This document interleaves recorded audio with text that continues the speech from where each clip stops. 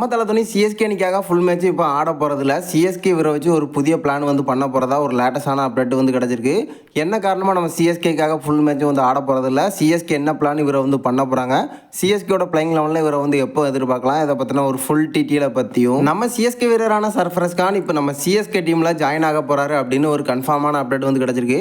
Almost பார்த்தீங்கன்னா on the வே அப்படின்னு தான் சொல்லணும். இந்த அப்டேட்டை யார் கொடுத்துருக்காங்க, நம்ம சர்ஃபரஸ் கான் எப்போ சிஎஸ்கே டீமில் வந்து ஜாயின் ஆக போகிறாரு, அவரோட ப்ராக்டிஸை வந்து எப்போ எதிர்பார்க்கலாம் அப்படிங்கிறதையும் இந்த வீடியோவில் பார்த்துடலாம்.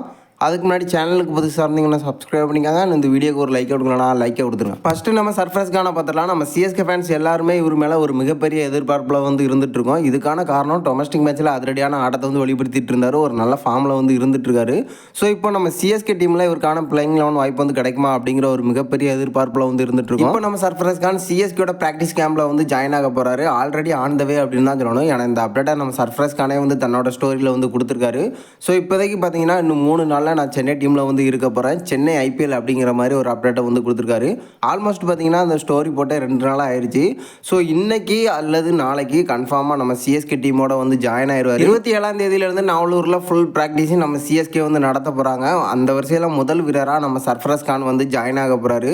ஸோ இப்போதைக்கு பார்த்தீங்கன்னா இது வந்து கன்ஃபார்மான அப்டேட் தான். ஸோ நாளையிலேருந்து எல்லா வீரர்களுமே கன்ஃபார்மாக நம்ம சிஎஸ்கே டீமில் வந்து ஜாயின் ஆயிடுவாங்க. அடுத்து நம்ம தல துணியை பார்த்துடலாம். 2026 ஐபிஎல் ஆடுவாரா இல்லையா அப்படிங்கிற ஒரு மிகப்பெரிய டவுட் எல்லாத்துக்குமே வந்து இருந்துட்டு இருந்து.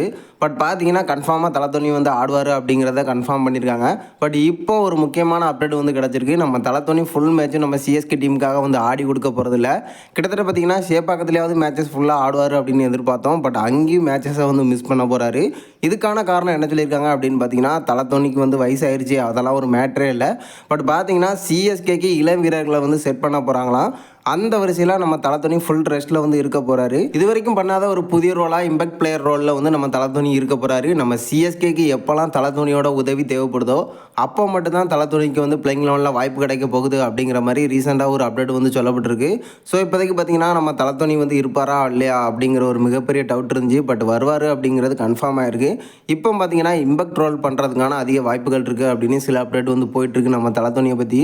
ஸோ இப்போதைக்கு பார்த்தீங்கன்னா எனக்கு தெரிஞ்சு சேப்பாக்கத்தில் நடக்க போகிற எல்லா மேட்ச்லையுமே வந்து நம்ம தல துணியை வந்து எதிர்பார்க்கலான்னு தான் தோணுது. நீங்கள் என்ன நினைக்கிறீங்க? நம்ம சர்ஃபரஸ் கான் சிஎஸ்கேட ப்ராக்டிஸ் கேம்பில் ஜாயின் ஆக போகிறதா இருக்கட்டும், நம்ம தல துணி இது வரைக்கும் பண்ணாத புதிய ரோல் பண்ண போகிறதா இருக்கட்டும், இதை பற்றின கருத்தை மறக்காமல் நம்மளோட கமெண்ட் பாக்ஸில் தெரிவிச்சிருங்க.